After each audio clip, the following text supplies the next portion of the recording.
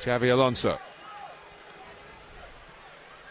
trying to get Gerrard through here, and he has done, and Steven Gerrard takes the chance.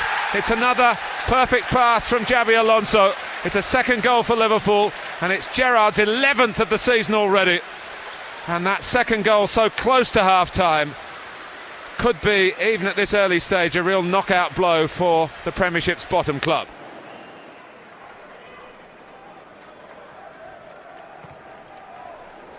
So looking for the direct route, and it might be a profitable route. It will be.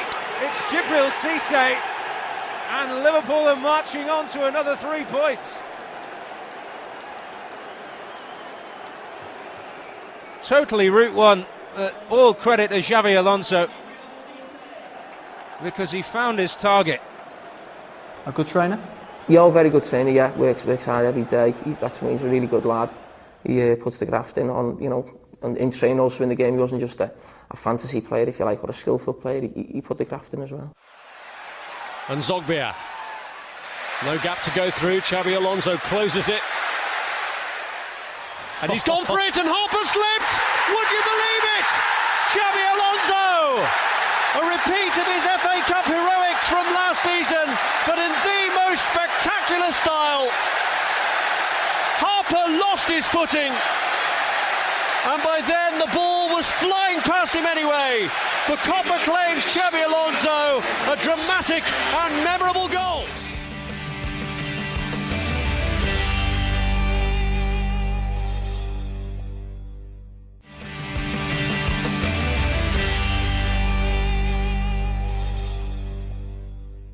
Number 3, Michael Owen. Not a bad through ball. Michael Owen's away here. It's Michael Owen scores for Liverpool. His first ever goal for the Reds. I'm sure it won't be his last. I've gone for Michael because we both come in the team at the same time, really, and rooting together. So, you know, he's probably my best mate in the side for the first 5 or 6 years, and probably Stevie's took that mantle now. But when you're rooming with someone and you're both getting in the first team at the same time, there's that excitement, and the night before a game wondering if you're playing, and you know, it's hard to think back to them times now where sometimes you take it for granted that you're going to be playing, or you've got certain games coming up. In them days, you're just, you know, delighted to be on the bench and maybe come on, get a run out. Oh, that's charged down by Michael Owen, and he gets to it first. He runs across Valeri. Here's young Owen. How cool can he keep? And for the impact he made in the first, 4 or 5 years of the club was phenomenal, really, to get what he's done for Liverpool. The goals, I think he was top scorer in the Premier League in his first season, Young Player of the Year. He went to the World Cup, set the World Cup alight, European Football of the Year, BBC Sports Personality of the Year.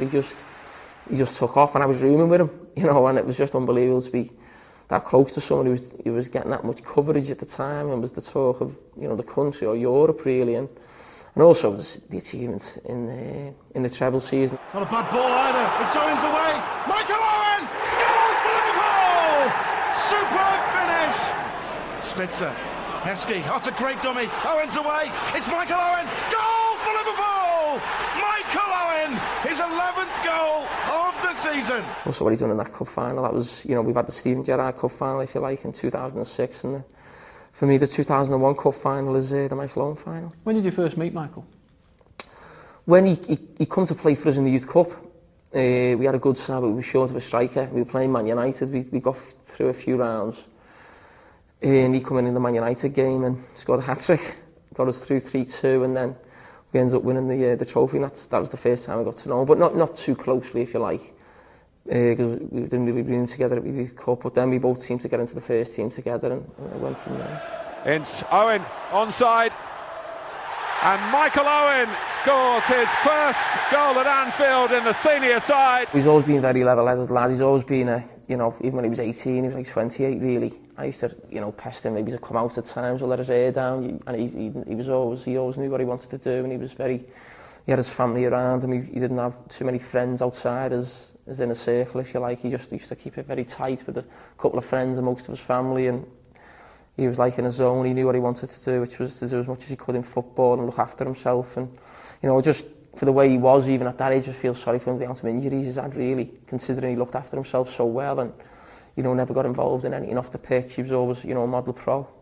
In that respect, in those early days, were you two quite different characters, sort of being paired together? Oh yeah, I mean, people used to always wonder that why we got on so well, because I was, you know, a proper Liverpool lad, really. As I was playing in the first team, getting involved, I still used to go out with my mates and be knocking about the streets of Liverpool, if you like, but he was totally the opposite. He was like an older pro, if you like, but yeah, that's just the way it worked, because we roomed together, we become mates, really. I'm not sure we would have done it if we'd have not been put together in the room by Ronnie Moran, but that's the way it worked. He was a big character in the dressing room. He was totally different to maybe the way the public seen him, really. I think he was always, didn't want to give too much away in the public eye, but in private he was a, you know, normal lad, decent lad, having a laugh and a joke, the same things that we all get up to, if you like, and even on away trips we all get up to different things that we can't say, and he was the same, no different from anyone. But I think when he was on public show, he always liked to put on a certain front, if you like. What were your thoughts when he left the club? Well, I remember him telling me, we were in the room together, we were in America, and he said Real Madrid want me, and I was against the move, not from so much a Liverpool point of view, from his point of view, really. I was thinking that he wouldn't play. They had Ronaldo around. Real Madrid is quite political there. If they don't play, they leave the next day normally. So, but he was convinced, you know, that he'd play, and that's the way Michael was. He was very strong-minded, always had great belief in himself.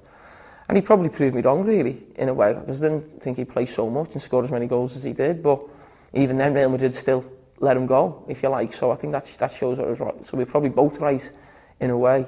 But it was just unfortunate that he couldn't come back after Real Madrid for one reason or another. It was the club, Real Madrid, you know, didn't wanted to make a few bob on him, obviously, which is their right. And Newcastle blew everyone out the water by putting crazy bid in, and that Liverpool were never going to match. Did he ring you before signing for Man United? Yeah, I spoke to him then. He was, that was one of them things. He took a bit of criticism about it. I mean, I probably know a little bit more about what was going on behind the scenes at the time, so which is, you know, something that you can't say, but that was, you know, sometimes it's a decision that you have to make, and, you know, I know he's got a little bit of stick about it, but being put in his situation, I know it was very difficult for him, and he wanted his career to get back on track, if you like, or get back up there with a top club, and he'd finished Newcastle. He also wanted to move back home with his family, being away. You know, his daughter was just starting school. That was a big thing about it as well. So these type of things come into decisions like that as well, and sometimes people maybe don't realise that, and, you know, family's still a big part of your life, even though you're a footballer. He's still a Liverpool, you know, legend for me, for what he done in that treble season, what he achieved, definitely. Oh, his hesitation here by Pallister. And is it going to cost them a goal? It is! Because Michael